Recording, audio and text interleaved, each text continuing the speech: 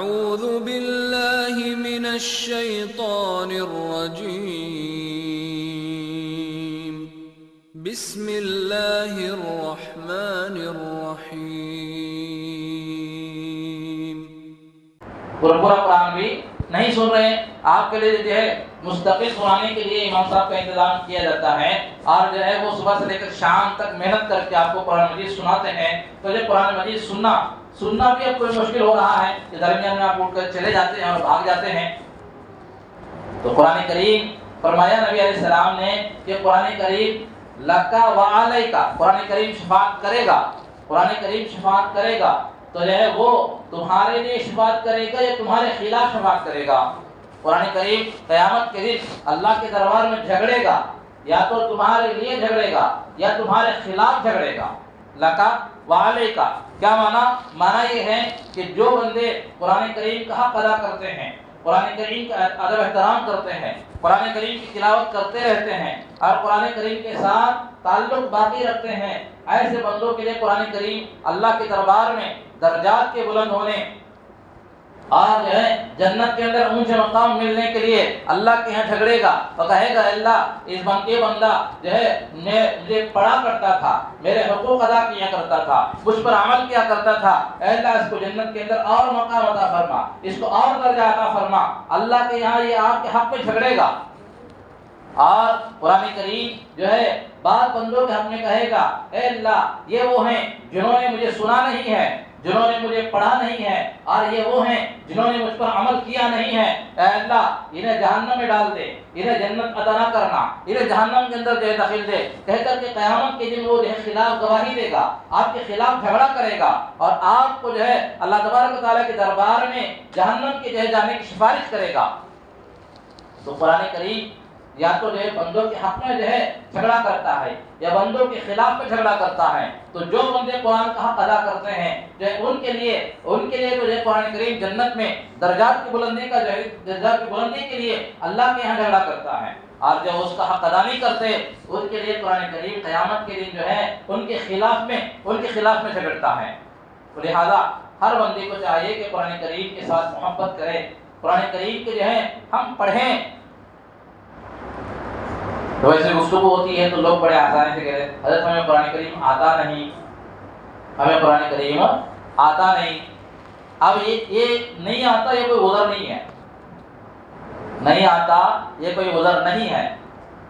آپ بولیں کہ حضرت نہیں آتا تو کیا کرنا؟ بولے بہت ساری چیزیں وہ ہیں جو نہیں آتی تھی اور آپ نے نہیں آتی کہہ کر چھوڑی نہیں.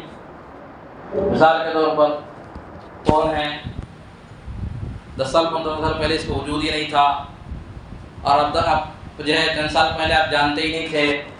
ابھی بھی بہت سارے لوگوں کو نہیں آتا ہے، لیکن جب آ گیا اب اس کو آپ سیکھا نہیں سیکھا، وہ دادا پوترے کے پاس سیکھتا ہے اور پوترے پوچھتا ہے کہ بابا کیسے دبانا، کیسے ہلانا، کیسے اوپن کرنا، کیسے بھیجنا.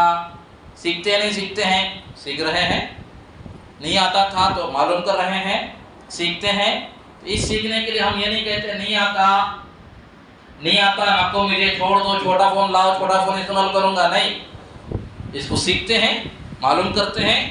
جو ہے ہر نئی چیزیں جو ہے دنیا کے بارے میں نہیں آتا نہیں کہتے ہیں، سیکھتے ہیں، ہر چیز معلوم کرتے ہیں. لیکن قرآن کریم کے بارے میں نہیں آتا. بس قرآن کے بارے میں، دین کے بارے میں ہم کہہ رہے تھے کہ وہ نہیں آتا ہے تو نہیں آتا کر کے خاموش ہو جاتے ہیں. تو نہیں آتا کر کے خاموش ہو جانا یہ کوئی عذر نہیں ہے، یہ کوئی عذر نہیں ہے. نہیں آتا عذر نہیں ہے. مسئلہ یہ ہے کہ آپ نے قرآن مجید سیکھنے کے لیے کیا کیا ہے، قرآن مجید سیکھنے کے لیے آپ کی کیا کوشش ہے نہیں ہے، یہ دیکھا جائے گا.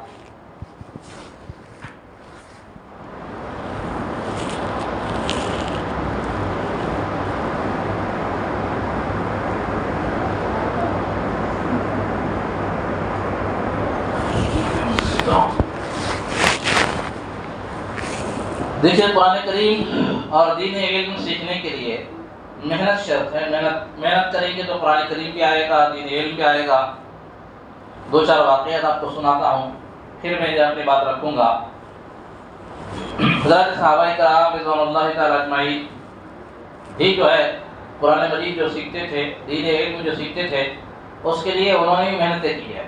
محنت کے بعد انہیں علم ملا ہے اور دین علم انہوں نے سیکھا ہے, قرآن مجید کی تلاوت جو ہے قرآن مجید کا علم حاصل کیا ہے, بغیر محنت کے نہیں آتا ہے.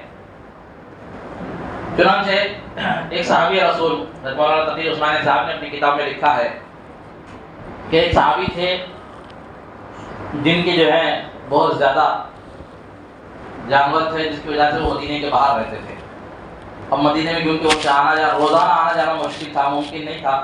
ان کا اپنا کاروبار تھا, ان کا اپنی مشغولیت تھی, جس کی وجہ سے وہ روز مدینہ طیبہ آ کر کے نبی کریم صلی اللہ علیہ وسلم کی خدمت میں حاضر ہو کر کے قرآن مجید کو سیکھے, دین علم کو سیکھے.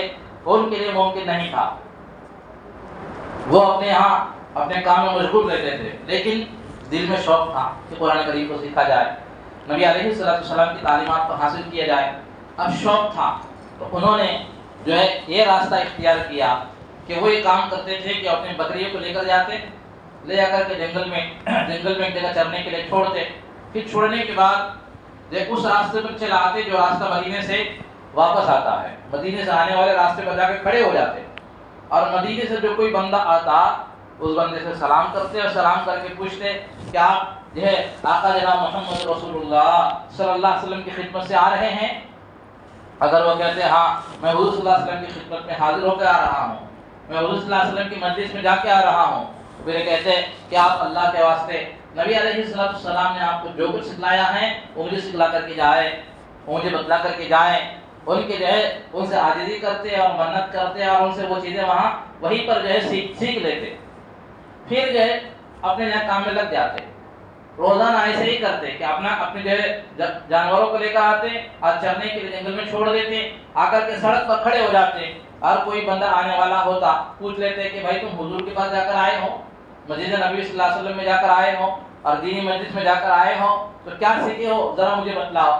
تو اس طرح جو ہے وہ قرآن کریم کی آیتوں کو سیکھتے تھے, اس طرح وہ دین کی باتوں کو سیکھتے تھے. تو صحابہ کرام نے دیکھا, صحابہ کرام نے دین کا علم حاصل کرنے کے لیے اس طرح جو ہے محنت کی ہے, کیونکہ ان کا روزانہ مدینہ آنا جانا نہیں ہو سکتا تھا. اب یہ سوچ کر کے وہ خاموش نہیں بیٹھے کہ مجبور آ گئی ہے, اور جو ہے میرا کاروبار کا مسئلہ ہے, میرے زندگی کی گزاران کا مسئلہ ہے, میں علم نہیں سیکھ سکتا, میں مدینہ جا نہیں سکتا, دوسرا دل کی خدمت میں حاضر نہیں ہو سکتا, تو جو ہے میں قرآن مجید کیسے سیکھوں اور دین کے احکام کیسے سیکھوں. بلکہ خاموش نہیں بیٹھے, بلکہ انہوں نے راستہ تلاش کر لیا اور انہوں نے کوشش کر کے کیا کی کہ مدینے سے آنے والے صحابہ کرام کو روکتے اور ان کے منت سماجت کرتے, انہیں ان سے جو ہے عاجزی کے ساتھ جو ہے جو سیکھ کر آئے وہ سکھانے کی درخواست کرتے, اور ان سے وہ علم سیکھتے تھے. اسی طرح جو ہے حضرت عبداللہ ابن عباس رضی اللہ تعالیٰ جو نبی کریم صلی اللہ علیہ وسلم کے چاچا کے جو لڑکے ہیں, چچازاد بھائی ہیں, وہ جب نبی کریم صلی اللہ علیہ وسلم کا وصال ہوا تھا تو ان کی عمر بہت چھوٹی تھی, 10 سال کے تھے وہ. تو انہوں نے جو ہے اپنے ایک ساتھی سے کہا, انصاری صحابی سے کہا کہ دیکھو نبی علیہ السلام کا جو ہے تو اس دنیا سے پردہ فرما چکے ہیں, لیکن بڑے بڑے صحابہ کرام ابھی موجود ہیں. یہ صحابہ وہ ہیں جو نبی کریم صلی اللہ علیہ وسلم کے ساتھ سفر میں رہے ہیں, نبی علیہ السلام کے ساتھ جنگوں میں رہے ہیں, نبی کریم صلی اللہ علیہ وسلم کے ساتھ جو ہے نبی علیہ السلام کے مجلسوں میں حاضر رہے ہیں. تو نبی علیہ السلام کا بہت سارا علم ان کے پاس, صحابہ کے پاس موجود ہے. ہم جائیں گے ان سے علم حاصل کریں گے.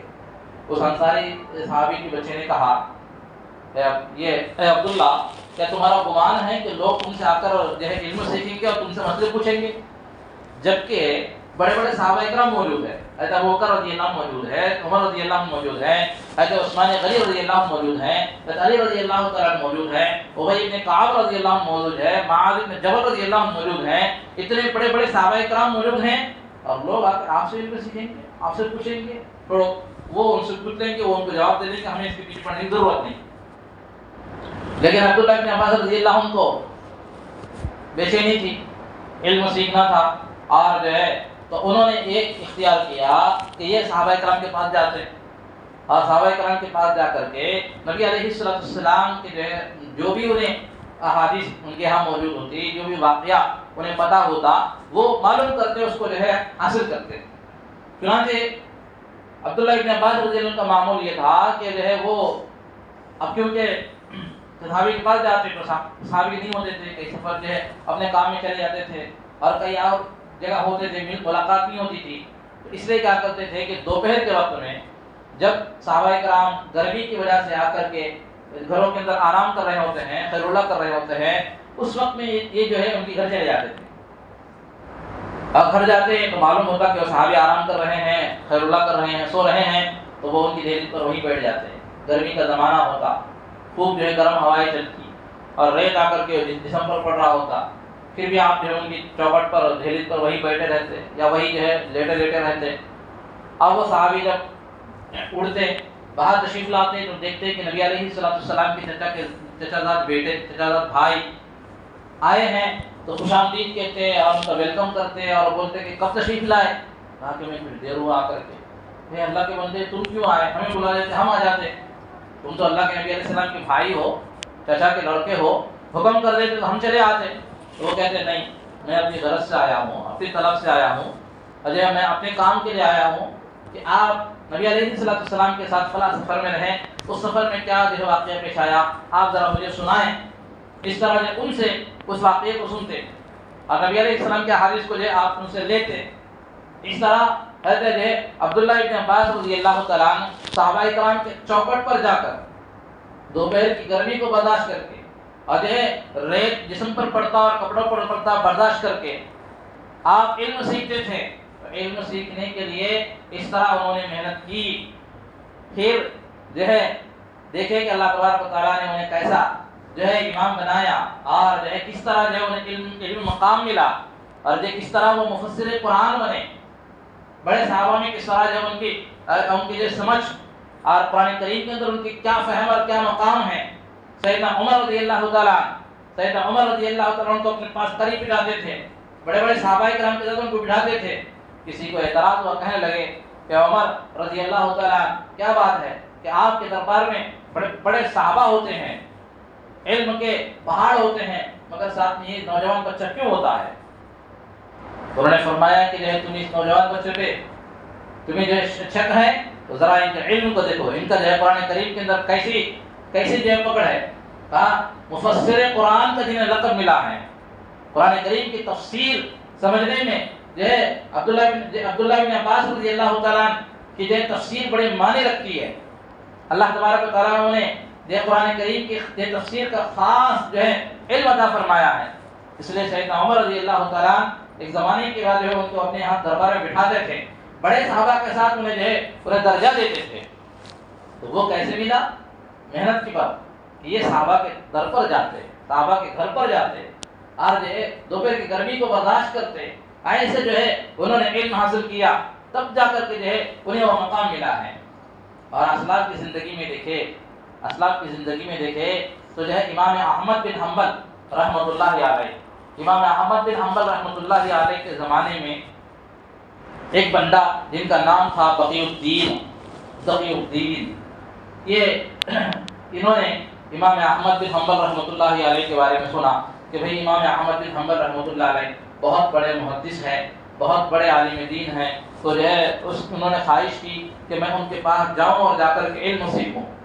اور ان کا علاقہ دمشق کے علاقے سے چلے اور جو ہے ان کا علاقہ جو ہے بہت دور تھا. امام احمد بن حنبل رحمۃ اللہ علیہ بغداد میں تھے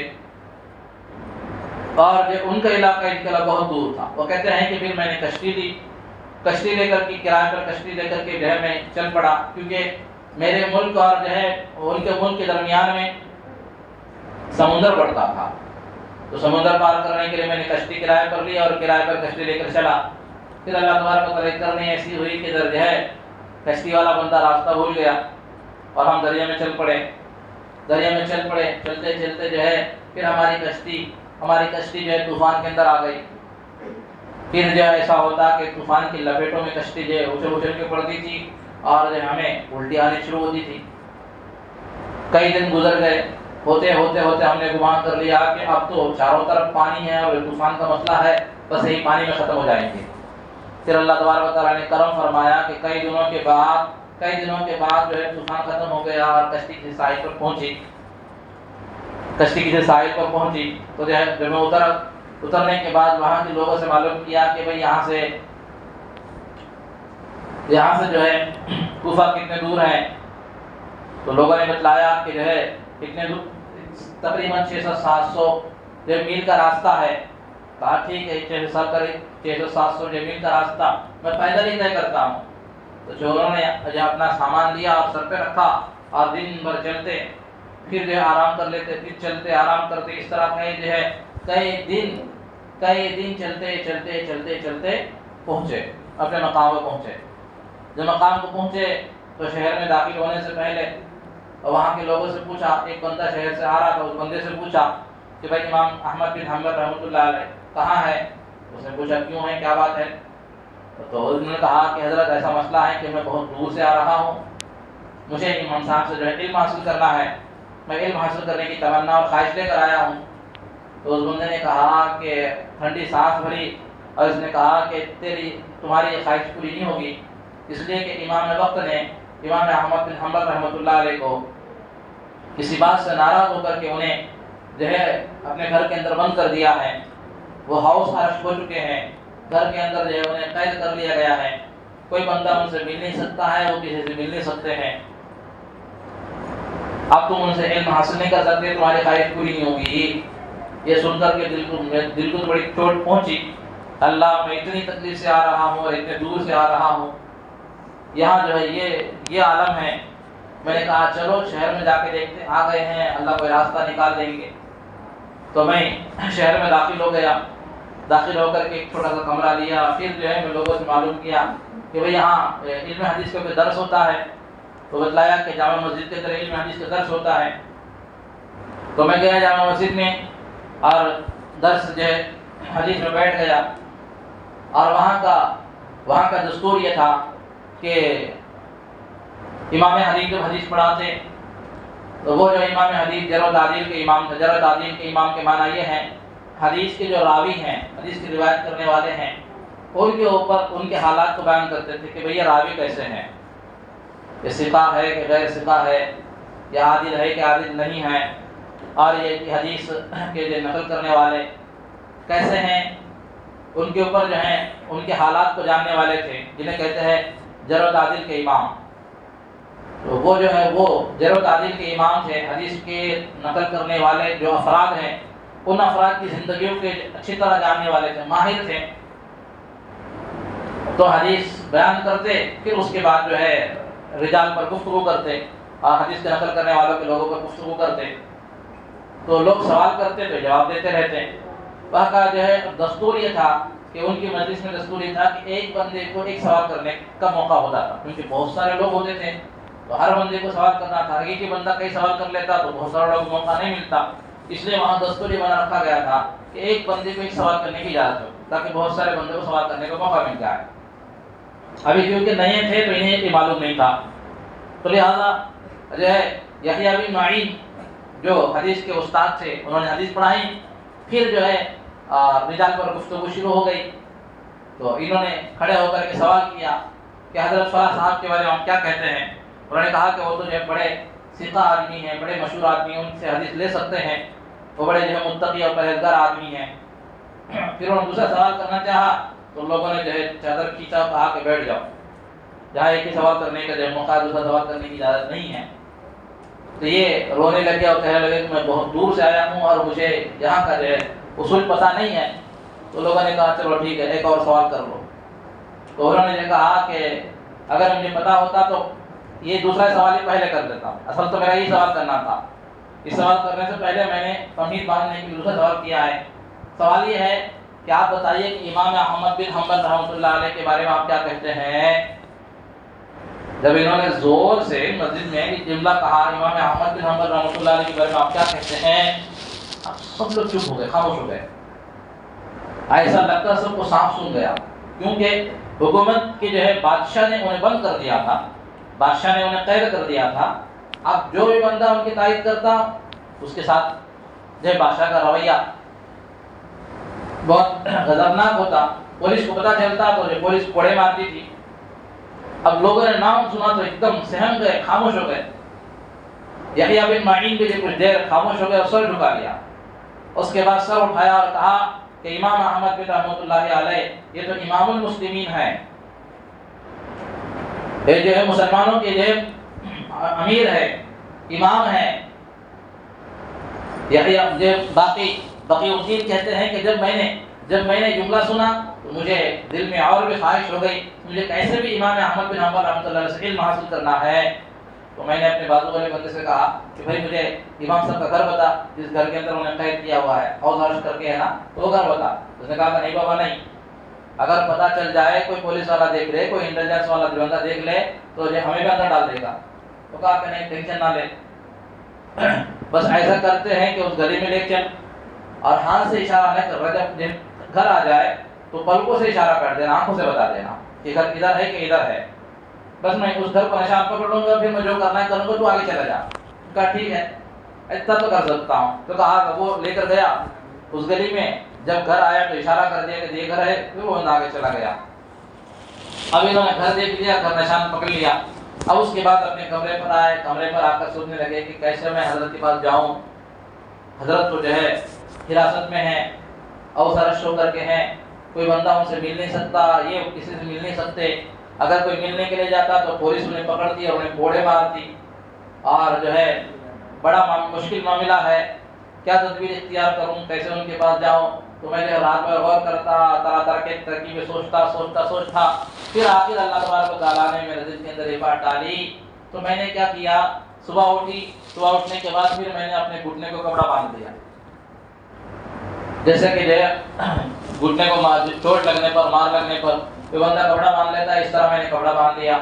پھر جو ہے میں نے جو ہے فقیروں جیسا لباس اختیار کر دیا، اور ہاتھ میں کٹورا پکڑا، اور جو ہے بازار میں چلا، بازار میں جا کر کے جو ہے لوگوں سے جو بھیک مانگنا شروع کر دیا، بازار میں جا کر کے لوگوں سے بھیک مانگنا شروع کر دیا، تاکہ لوگ مجھے سمجھے کہ میں بھکاری ہوں، بھیک مانگنے والا ہوں، سوال کرنے والا ہوں۔ تو لہٰذا میں 2-4 دن جو ہے لوگوں کی بازار کے اندر بھیک مانگا، تاکہ لوگ مجھے پہچان لے اور جو کہیں کہ یہ آدمی جو ہے بھیک مانگنے والا ہے۔ جب 2-4 دن میں نے بازار میں پھرے، اور جب میں بازار میں جاتا تو یہ کام بھی میرے لیے بڑا مشکل تھا، کیونکہ جو ہے میں 20 سال کا نوجوان تھا۔ اب لوگوں کے پاس جاتا اور جا کر کے مانگتا تو لوگ نیچے سے اوپر تک دیکھتے، جو گھور تھے وہ کہا کہ اٹھا کٹا ہے، نوجوان ہے، کیوں بھی مانگتا ہے؟ تو ان کی جو نگاہیں تھی وہ بڑی چبتی تھی، بڑی ذلت کا سامنا تھا، لوگوں کے سامنے بھیک مانگنا کوئی معمولی کام تو نہیں تھا۔ تو جو ہے ذلت کو برداشت کرتا اور تکلیف کو برداشت کرتا، اور جو ہے مجھے علم حاصل کرنا تھا، تو اس لیے جو ہے میں نے سب کچھ برداشت کر لیا۔ پھر جب لوگوں نے مجھے پہچان لیا اور کہا کہ آپ مارکیٹ میں نیا فقیر ہے، روز مانگتا ہے، تو لوگوں نے مجھے فقیر پہچان لیا۔ جب میری فقیر کی پہچان ہو گئی تو پھر میں نے امام احمد بن حنبل رحمۃ اللہ علیہ کی اس گلی میں، جس وقت میں لوگوں کا آمد رفت ذرا کم ہوتا ہے، لوگ جو آنا جانا ذرا کم کرتے ہیں، اس وقت میں جو ہے فقیر بن کر کے امام صاحب کے گھر میں جو ہے گلی میں داخل ہوا، اور امام صاحب کے گھر میں جا کر کے میں نے جو ہے آواز دی، اور ایسی دردناک آواز سے پکارا کہ امام صاحب میری آواز پر سمجھ گئے کہ یہ جو ہے بہت ہی درد سے بھری ہوئی آواز ہے، اس بندے کو واقعی تکلیف ہے، بہت غریب اشارہ ہے، اور بڑے درد کے ساتھ پکار رہا ہے۔ امام صاحب دروازہ کھولے، امام احمد بن حنبل رحمۃ اللہ نے دروازہ کھولا، پھر جو ہے چند سکے جو ہے لے کر آئے ڈالنے کے لیے۔ تو میں نے کہا کہ حضرت میں آپ کے پاس جو آیا ہوں وہ اس مال کو حاصل کرنے کے لیے نہیں آیا ہوں، میری ضرورت جو ہے یہ پیسے نہیں ہے، بلکہ میری ضرورت حدیث ہے، میں آپ سے حدیث پڑھنے کے لیے آیا ہوں۔ امام صاحب نے کہا کہ نا بابا نا، اگر حکومت کو معلوم ہو جائے، پولیس والوں کو پتہ چل جائے، تو یہ بھی کوڑے ماریں گے، مجھے بھی کوڑے ماریں گے، تو بھی تکلیف اٹھائے گا، مجھے بھی تکلیف میں ڈالے گا، میں تو حدیث نہیں پڑھ سکتا۔ تو اس نے کہا کہ حضرت میں روزانہ اسی بھیس میں آؤں گا، آپ دیکھ لیں، آپ پیسے لے کر کے آئے، آپ دیکھ لیں کہ یہاں کوئی ہے تو آپ مجھے پیسے ڈال دیں، میں خاموشی چلا جاؤں گا، اگر کوئی نہ ہو تو آپ مجھے کھڑے ہی 2-4 حدیثیں پڑھا دے، میں 2-4 حدیث زبانی یاد کر لوں گا اور چلا جاؤں گا۔ یوں سمجھنا ٹھیک ہے، اچھی بات ہے۔ اب یہ بندہ روزانہ یہ جاتا، اگر وہاں کوئی بندہ ہوتا، کوئی پولیس والا ہوتا، کوئی انٹیلیجنس والا ہوتا، کوئی حکومت والا بندہ ہوتا، تو امام صاحب پیسے ڈال دیتے، یہ بھیک مانگتے ہوئے آگے چلا جاتا۔ اگر کوئی بھی نہیں ہوتا تو آپ جو ہے 2-4 حدیثیں سنا دیتے، تو یہ بندہ یاد کر لیتا۔ اس طرح تقریباً 1 سال تک یہ بندہ ایسے ہی جو ہے امام صاحب کے پاس فقیر کا جو ہے لباس اختیار کر کے فقیرانہ انداز میں جاتا اور علم حاصل کرتا. پھر اللہ تبارک و تعالیٰ نے 1 سال کے بعد اس جو وہ بادشاہ انتقال ہو جاتا ہے, دوسرا بندہ بادشاہ ہوتا ہے, اور جو امام صاحب کا قدردان ہوتا ہے تو وہ امام صاحب کے اوپر جو ہے وہ پابندیاں ختم ہو جاتی ہیں, آج جو ہے ان کو جو ہے چھوڑ دیا جاتا ہے. پھر جو ہے آپ کا درس شروع ہوتا ہے. تو ایک دن پابندی ختم ہو گئی, اب جو ہے مسجد میں درس شروع ہوا. اب کیونکہ لوگوں کا جو مجمع تھا, لوگ جو بہت سارے آپ کی خدمت میں آ گئے, تو ان کو پتہ چلا کہ امام صاحب کا درس فلاں جگہ پر ہے. تو یہ بندہ بقی الدین بھی پہنچے, لیکن لوگوں کی اتنی بھیڑ تھی کہ امام صاحب کے پاس قریب جانے کا موقع ہی نہیں تھا. جیسے تیسے جو ہے لوگوں میں گھس کر کے کہیں جب کونے میں جگہ مل گئی تو وہ کھڑے ہو گئے اور حدیث سننے لگے. جب امام صاحب حدیث پڑھاتے نظر کیا تو بقی الدین وہاں کھڑے ہیں. تو آپ نے فرمایا کہ جو ہے لوگوں اس بندے کو سامنے آنے دو, اس کو ذرا سامنے آنے دو. یہ صحیح میں سچا طالب علم ہے, یہ جو ہے علم حاصل کرنے کے لیے بڑی دور سے آیا ہے اور بڑی جو مشقت کے اس نے علم حاصل کی ہے. یہ سچا طالب علم ہے, ذرا اس کو قریب آنے دو. تو آپ نے اس بندے کو قریب بلا کر کے پھر آپ نے سبق پڑھائی. تو علم حاصل کرنے والے بندوں نے تو ایسا علم حاصل کیا ہے, فقیرانہ لباس پہن کے اور روزانہ بھیک مانگنے کی شکل میں جا کر کے حدیثیں جو ہے سیکھتے تھے, اور اس طرح علم انہوں نے حاصل کی ہیں. علم حاصل کرنے والا تو ایسے علم حاصل کرے ہیں. یہ تو پرانے واقعات ہو گئے. آپ کو نئے تازہ ترین واقعہ سناتا ہوں. اس سال کے 2 واقعہ سناتا ہوں, پھر اپنی بات میں ختم کروں گا. ایک جو ہے ابو ہریرہ اکیڈمی میں پڑھنے والے ایک ساتھی ہیں, وہ جن کی عمر تقریباً 50 سال ہے, اور وہ جو ہے کیا کرتے ہیں, ان کی جو ہے مشغولیت اور ان کی مصروفیت یہ ہے کہ وہ مٹھائی بیچتے ہیں. گھر کے اندر مٹھائی بناتے ہیں, مٹھائی بنا کر کے بیچتے ہیں. ٹرینوں میں جب ٹرین چلتی ہے تو اس میں جا کر کے جو مٹھائی بیچتے ہیں. وہ کام کرتے ہیں, اور وہ کام کرتے ہوئے 50 سال کی عمر میں وہ عالمیت کر رہے ہیں. 20 سال اول انہوں نے جو مکمل کیا ہے. تو جو ہے اس آن لائن میں وہ آن لائن عالمیت کر رہے ہیں. 50 سال کی عمر والے ہیں, پیشے سے جو ہے مٹھائی بیچنے والے ہیں. تو استاد محترم نے جب دیکھا کہ جو ہے ایک مرتبہ ٹرین میں سفر کر رہے تھے, استاد محترم نے جو باقاعدہ لکھا ہے اس میں کہ ایک مرتبہ سفر کر رہے تھے, تو وہ بندے کو دیکھا کہ وہ بندہ جو ہے جھولی ڈالے ہوئی مٹھائی بیچتے ہوئے آئے. تو سلام ہوئی, دیکھی, ملاقات ہوئی, بٹھایا بازو میں اور پوچھا کہ کتنے کا ہے, تو لے لیے. وہ چلے گئے. وہ کہتے ہیں کہ جو ہے وہ دیکھنے کے بعد استاد کہتے ہیں کہ میرے آنکھوں سے آنسو نہ رکے. یہ تو ہمارے یہاں پڑھنے والے طالب علم ہیں, پڑھنے والے ہیں, اور ان کی زندگی ایسی گزر رہی ہے کہ یہ ٹرین کے اندر مٹھائی بیچ کر زندگی گزارتے ہیں. 50 سال کی عمر میں ہیں اور یہ ٹرین کی زندگی گزار رہے ہیں, اور جو ہے محنت کے ساتھ ابھی بھی عالمیت کر رہے ہیں. وہ سال اول انہوں نے مکمل کیا ہے. تو آج بھی ایسے بندے ہیں جو محنت مزدوری کرتے ہوئے علم حاصل کر رہے ہیں. اور ایک جو ہے آن لائن ادارہ ہے قرآن کریم سیکھنے سکھانے کا, جس میں خود پڑھاتا ہوں. اور اس کے اندر ایک خاتون ہے جو معلمت پر پڑھتی ہیں, اور جو دوسرے مولوی پڑھاتے ہیں. تو ایک خاتون کا جو ہے وقت اور اس ادارے والے کا وقت ایسا سیٹ ہوا ہے کہ صبح میں جو ہے وہ بڑے حضرات کو پڑھاتے ہیں, شام میں اسکول کے بچوں کو پڑھاتے ہیں. تو ایک خاتون ہے گنٹور کے آس پاس کی دیہات کے رہنے والی ہیں. وہ جو ہے انہوں نے قرآن کریم سیکھنے کے لیے آن لائن میں جو ہے داخلہ لیا ہے. اب ان کا ٹائم جو ہے صبح میں صرف اتنا ملتا ہے کہ وہ گھر سے نکل کر کے جب آفس جاتی ہیں, تو کیونکہ بازو کے علاقے کی ہے تو بس چڑھ کر کے گنٹور آنے میں جو آدھا گھنٹہ ٹائم جو لگتا ہے, تو وہ ٹائم جو ہے ان کو قرآن کریم پڑھنے کا موقع مل رہا ہے. تو اس وقت میں وہ قرآن پڑھتی ہیں. تو 1 سال سے تقریباً جو ہے وہ پڑھ رہی ہیں, اور قرآن مجید مکمل ہو گیا ان کا. 60 سال میں انہوں نے قرآن مجید مکمل کر دیا ہے. تو وہ کہتی ہیں کہ کبھی کبھی ایسا ہوتا تھا کہ کبھی تو مجھے سیٹ مل جاتا, میں اطمینان سیٹ بیٹھ جاتی, جتنے دیر میں آفس میں جاتی اتنے دیر سبق سنا لیتی, سبق پڑھ لیتی, سبق لے لیتی, ہو جاتا.